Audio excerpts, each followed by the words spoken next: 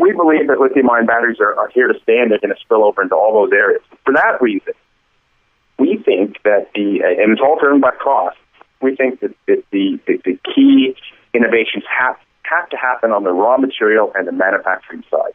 So that's about finding the most efficient combinations of cobalt, lithium, nickel, and manganese, aluminum that go into the energy storage materials, and also into the way that those materials are assembled. So when you assemble these various metals into a complex material, you have an impact on the longevity and the range and the durability and the power and the energy, and that's where we have chosen to focus. Our top tech company of 2016 is on track to earning millions of dollars in royalties as they're revolutionizing the $120 billion battery industry, a potential lottery ticket in a truly game-changing technological revolution. Headed up by Paul Matizik, whose track record is delivering 1,500% to 4,000% gains to investors with his last 3 companies. Learn more at crushthestreet.com/tech2016. Hello, everyone, and welcome into crushthestreet.com. I'm joined today with Dan Blondal, and he's the CEO, director, and founder of Nano Materials Corp. And this man has a lot of experience, 26 years of experience under his belt in engineering, technology, and management. And he actually has 8 patents under his belt. And the company he's running is providing solutions to the battery industry to make lithium batteries more efficient and cheaper to make. And we're going to get into this deeper within this conversation. But first of all, Dan, thanks so much for joining me today. Well, I really appreciate the opportunity, Kenneth. This is it's an exciting time to be in this space, lithium space, and the battery space is obviously going very well, and I appreciate the opportunity to talk about it. Absolutely. And of course, yeah. Absolutely, Dan. You know, I got to be honest with you. I'm a little sad I'm not going to be living in like the 22nd century to see where technology is going. I can't even wrap my mind around what we are going to see in 50 years, 100 years. But I know you are an expert when it comes to technology. You've spent your career in it. So just, you know, if you could just give us the tip of the iceberg on what you are excited about with where technology is going here in, you know, the 21st century. Well, you know, Canada, 10 years ago, I worked in the printing industry actually, and it was a very exciting time, but it was also a sunset industry, and I made a very conscious decision to get out of it and move into the energy industry. I spent a little bit of time thinking about what it was going to be and how I was going to get involved in it. And that's really how the notions of Nano One came together. And I felt that the battery space was going to be big and expanding for many, many years. So I started applying myself to it, and here we are today in a space that's exciting on so many different levels, whether it be at the resource extraction space, the mining space, or all the way through to the end use in electric vehicles or consumer electronics. It's a very promising time to be in the industry. So, in terms of the technology, I mean, what are you expecting to see take place going forward? What can us as a new generation expect to see? You know, battery technology has actually been lagging modern day practical use with, you know, cell phones dying in the middle of the day and having to charge, you know, these electric vehicles midway through, you know, a trip. You know, you can't even get home without having to charge your vehicle. So, I mean, where do you see this technology going? Well, you know, the semiconductor industry and the electronics industry has increased many orders of magnitude in the last 20 years, and things have become way more efficient. That's why we pack so much use into a cell phone. But batteries lag because really those kind of improvements don't follow in the world of chemistry. And it's a bit of a double-edged sword because we get way more out of our batteries today, simply because electronics become more efficient. But when you're driving a electric motor and generators in an electric car, you don't get those kind of efficiencies. You haven't seen those kinds of improvements. So what the industry really wants to see in the battery space is improvement in performance, and that's all related to cost. So let me bring it back to an announcement that came out yesterday. I think probably everyone who's following this thread is well aware of Tesla's announcement and also Model 3, which is going to be the 200-mile affordable car for the mass market. And that follows in the footsteps of Chevrolet's Bolt announcement earlier this year, and of course the other competitors in the space like BMW's i3 and the Leaf, and certainly in other foreign areas there's BYD's QIN car in China. There's a whole bunch of players out there sort of vying for this space, and it's all driven by cost. It's all about getting the cost down and being able to deliver acceptable performance, so that your car doesn't run out of juice halfway through the day. And these things they're tied to longevity and range, durability, power, and energy. And these are the parameters that we look for as users. But it comes back to the raw materials that go into those batteries and the way those batteries are assembled, the way they're manufactured. So, and that's really where. Yeah, go ahead, Dan. So Nano One, I mean, you guys are focused on the $2 to $3 billion lithium-ion battery market, and people are calling the lithium the oil of the 21st century. And I mean, just give us an idea of how big lithium is, and is it really worth our attention here in the 21st century? Well, I think it comes down to the fact that energy storage is a difficult and very challenging piece of technology. And lithium-ion batteries have been around since the early 90s when Sony put it in their first digital cameras, or the first cameras. And of course, we've seen it emerge into our cell phones, and that's where the technology's largely proven itself out. Now we've seen it adopted into electric vehicles, and I think that's where you're going to see the cost come down on the battery, and that's where the technology will be driven out to mass manufacturing. And for that reason, I believe that the lithium-ion battery as an energy storage technology is here to stay, and it's here to stay for a while. You can see it in the recent spike in lithium prices. Yeah. In the last 3 to 4 months, lithium prices have gone way up, and they're going to stay there for 3 to 5 years at least, because there's a whole bunch of mines that have to come online, whether they be spodumene-based mines or salar-based mines. And until those production levels are up, we're going to see those prices, and the industry's betting on that. Yeah. Yeah, and I want to ask you about Nano One. I mean, how is Nano One positioning itself in the lithium story? So we believe very strongly that the electric vehicle market will be where lithium-ion batteries, as I said earlier, where the costs and the manufacturing efficiencies will be driven very, very rigidly, and that'll actually have spillover into grid storage later on, which could be even a bigger market than electric vehicles, because that's all about storing renewable power and distributing it into homes and actually deconstructing what's actually happening on the grid. And so we believe that lithium-ion batteries are here to stay, and they're going to spill over into all those areas. For that reason, we think that and it's all driven by cost, we think that the key innovations have to happen on the raw material and the manufacturing side. So that's about finding the most efficient combinations of cobalt, lithium, nickel, and manganese, aluminum that go into the energy storage materials, and also into the way that those materials are assembled. So when you assemble these various metals into a complex material, you have an impact on the longevity and the range and the durability and the power and the energy, and that's where we have chosen to focus. When we look back historically over the last 20 years, the industry has been responding to batteries, but it hasn't been very proactive on the manufacturing and technology front. We feel there's very large opportunity there to displace a lot of the entrenched technology that's used to make these battery materials. So when it comes to the technology, is there other types of technology out there like this that you guys are embarking on, or is this unique to your company?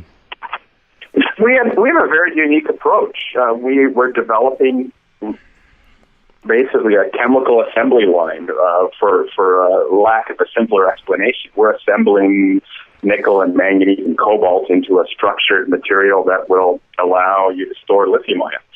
And it's certainly being done to make batteries right now, but there's very little innovation being done at the kind of level we're talking about. The industry's using entrenched ways of crushing and grinding and milling these materials, and we believe that there are some much better efficiencies that we can bring to the market, and there are precious few players out there doing the kind of stuff we're doing. Dan, we hear a lot about lithium and graphite within the battery space, but I was talking with you prior to the interview, and you were telling me there's more to it than just that. So, kind of give us an idea here, shed some light on, the developments that are going on in the battery space outside of lithium and graphite. Yeah, okay. Let me take just a very quick step back and explain really how a battery works. You've got lithium moving back and forth between two electrodes. One of them has graphite on them. The other one has some mixture of cobalt, lithium, nickel, or manganese, or iron that allows the lithium to be stored back and forth when you charge and discharge the battery. And so what's really key in a cathode material is that you get the right blend of metals. And currently, there are two types of technology that are being pursued. In China and Asia, you see a lot of lithium iron phosphate. And in the rest of the world, we're seeing the use of nickel, cobalt, and manganese in the battery. Now, when you start to look at these other materials, you realize that cobalt is a very expensive and very restricted material. As we see batteries expand in volume of production, the most expensive components like cobalt are going to start to have a very big impact on the cost of the battery and might even pose a supply risk at some point in the future. So we announced just yesterday, actually, a material that we've just begun working on. It's really early stage, but it's a cobalt-free, high-voltage cathode material. It's dominantly manganese, which is a relatively affordable and widely accessible resource. And it's got probably about a quarter of the materials in nickel. And so it's got a very, very nice cost profile, and it runs at high voltage, which means it can supply very good power and energy to the battery. There's lots of work to be done on this, but we feel it's a very advantageous material, and we expect quite a bit of strategic interest in this kind of material moving forward. High voltage materials that have a very low cost base in terms of the raw materials going in. Yeah. Well, I can tell you one thing, Dan, is that you guys are a pioneer in a new frontier with a lot of areas to explore. So very, very exciting. Now, Nano One is a ground floor, early stage company, but you guys have some major developments here in 2016. I mean, these strategic partnerships that you guys are forming and a lot of viability towards the credibility of the technology you have. So, go ahead and share a little bit of this recent news, the credibility and the strategic partnerships that, Nano One has going for it right now. Right. So I would say that our let's start with kind of the assets that the company's developed and is developing. We have 3 patents issued in the last 6 months. Those patents got through the patent office in less than 3 years, which is very fast, and that's an indication of the strength and the uniqueness of the patent. Basically, we didn't run into any competing areas, so the patent office was able to get through quickly. They cover the process, they cover battery materials, and they cover their applications in batteries. So we cover the whole sort of value chain, and that's a very important and valuable part of what we built. On the back of that, we've been able to land non-dilutive, non-repayable funding from Sustainable Development Technology Canada, which is arguably one of the largest clean tech funds in North America. And their due diligence and risk mitigation has been extensive. It took us almost a year to get this grant in place, and so there's been a lot of people touching it, a lot of people looking at what we do. So we feel there's quite a bit of value in that risk mitigation. On top of that, we're now working with in collaboration with Nano Engineering, who are companies that are globally renowned for building large chemical plants and electrochemical plants, and so their involvement in our scale up is really about de-risking the scale up and the manufacturing of these materials at the kind of volumes that the industry is looking for. So those are really our assets that we're working with today. And then, I can talk a little bit about some of the people behind. I was going to ask you about the people. You do have some anomalies on your team. And obviously we're getting to hear from you as the founder, the CEO. But go ahead. Share a little bit about the management and the people that are involved with Nano One. Well, you're well aware of Paul Matistic. I know you've interviewed him in the past. Paul is the chairman of Nano One, and he's very actively involved with the company. He certainly opens a lot of doors, brings a lot of credibility from the market point. So Paul has been a fantastic asset to us, and obviously Paul's had a lot of really big wins in his space. It took him some time, right, to actually come on board. He did a lot of due diligence with Nano One before he said, "Hey, I'm going to be a part of this company," right? Yeah, it was probably about a 8 months to a year-long process. Yeah. We met Paul about a year before the RTO came into place, and we listed about this time last year in 2015. Dan, so I wanted to ask you, is there anyone else that is on your technical team that you wanted to spotlight here in this interview? Yes, absolutely. We brought on a fellow named Dr. Stephen Campbell back in September in 2015. And Stephen came to us after spending 25 years as a principal scientist at Ballard Power Systems in the fuel cell business, and he also spent 8 years in that span with the automotive fuel cell company, which is a joint venture between Daimler, Benz, and Ford. So Stephen comes to us with a very credible background in the development of technology in the automotive space, and that's a really key part. He's a really key part of our team, and he's brought a lot of fantastic energy to our group, and of course quite a bit of exposure and credibility for the electric vehicle space. So we're very excited to have him on board. In conclusion here with the company, Dan, where does Nano One ultimately intend to go and develop and just build out the company? What are your plans with the company?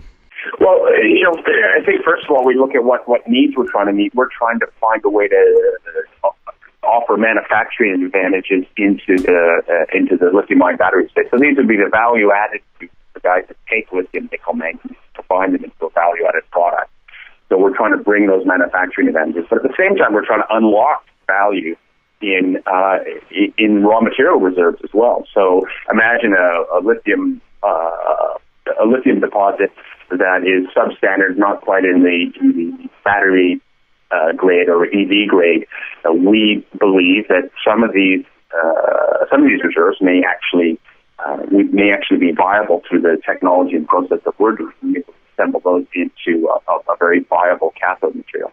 So those are two areas where we feel we can address needs. So with that in mind, what we plan to do is bring those technologies to the market in a technology package, which is basically all of our patents, and then an engineering package, which is what we're working with Nano Engineering on. So we're developing a pilot program to demonstrate the full-scale production of these materials. Now we're going to be doing it at a smaller scale, but the idea is to offer line of sight full-scale manufacturing.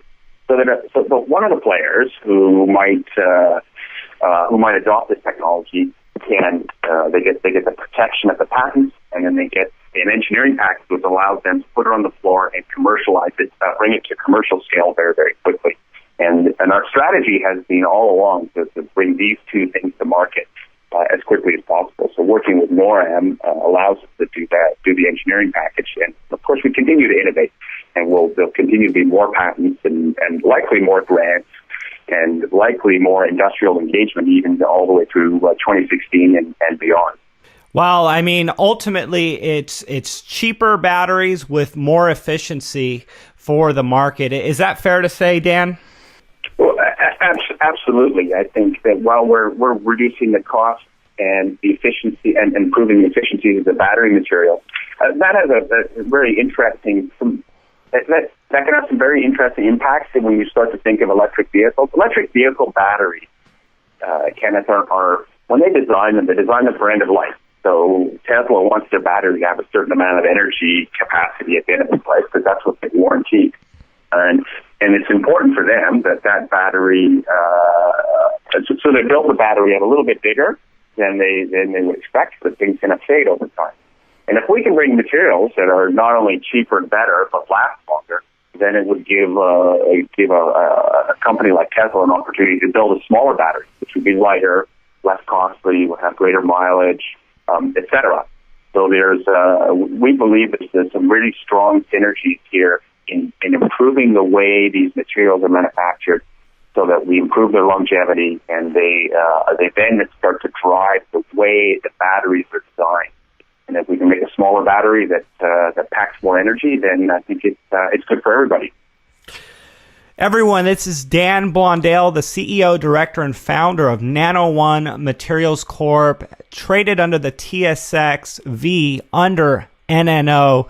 Dan, thank you so much for taking the time to chat with us today and just introducing us to this company. And, if people want to partner with this company, they can find the company at your website, which we'll have at the bottom of the video. And you can also purchase and partner with this company by purchasing the ticker NNO on the TSXV. So, Dan, thank you so much for coming on the show with me today. Well, I really appreciate it, Kenneth, and I appreciate the opportunity to talk to you and your followers. And it's really exciting to have this level of interest in what we're doing. Thank you. Absolutely, and I look forward to all of the success that you guys are embarking on. So, really exciting times here. Thanks again. Yeah, thank you.